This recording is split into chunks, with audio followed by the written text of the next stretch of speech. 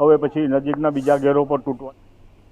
ઉપલેટાના કુંઢેચ અને નાલિખા ગામ વચ્ચે ચેકડેમ આવેલ હોય છે, ત્યારે ચેકડેમની બંને બાજુ 2 કરોડ 42 લાખના ખર્ચ પથ્થરની દિવાલ બનાવવાની હોય, પરંતુ કોન્ટ્રાક્ટર દ્વારા વરસ અધૂરી કામગીરી કરતા ગયા અને વરસ ભારે વરસાદ આવતા મોજવેણું ભાદર ત્રણેય ડેમનું પાણી ચેકડેમમાં આવતા ઓવરફ્લો થતા ચેકડેમના પાણીને બંને સાઈડ ખેડૂતોના ખેતરમાં ફરી વળ્યા. ત્યારે ખેડૂતોના ખેતરમાં કૂવા જેવા ગાબડા પડી ગયા હતા અને કોન્ટ્રાક્ટરોની અધૂરી કામગીરીના કારણે બંને સાઈડના ખેડૂતને મોટી નુકસાની સહન કરવાનો વારો આવ્યો છે.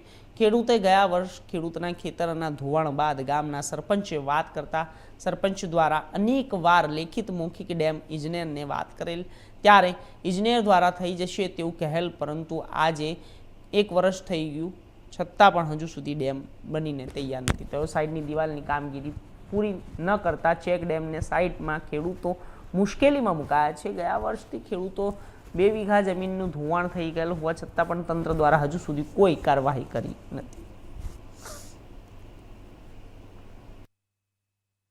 મારી માલિકીમાં બનાવેલ છે અને આ ચેકડેમનું કામ અધૂરું રહેવાને કારણે મારે ગયા વર્ષે પણ નુકસાની થઈ ગઈ હતી. ગયા વર્ષેનું કામ ચાલુ હતું પણ કામ અધૂરું રહી ગયું અને કામ મૂકીને એ વયા ગયા. એ કામ મૂકીને વયા ગયાને કારણે મારે 2 વીઘા જેવું ધોવાણ થઈ ગયેલ છે જમીનની અંદર, અને જો હજી 1 મહિનામાં રિપેર નહીં થાય તો બીજી 2-4 વીઘા જમીન વહી જવાની છે. અને એ 2-4 વીઘા જમીન વહી ગયા પછી બીજી 100 થી 200 વીઘાની અંદર મોટી નુકસાની થવાનું પ્રમાણ રહેવાનું છે.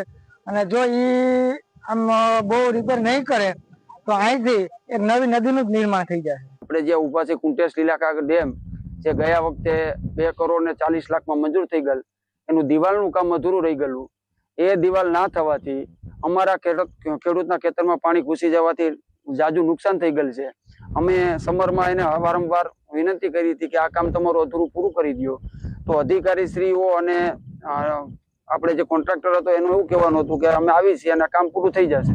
પણ કામ પૂરું ન થવાથી અમે અધિકારીશ્રીઓનો પાછો કોન્ટેક્ટ કરવાથી અધિકારીશ્રીઓ એમ કીધું કે અમે એને કામ નહીં પૂરું કરે તો બ્લેકલિસ્ટમાં મૂકશું.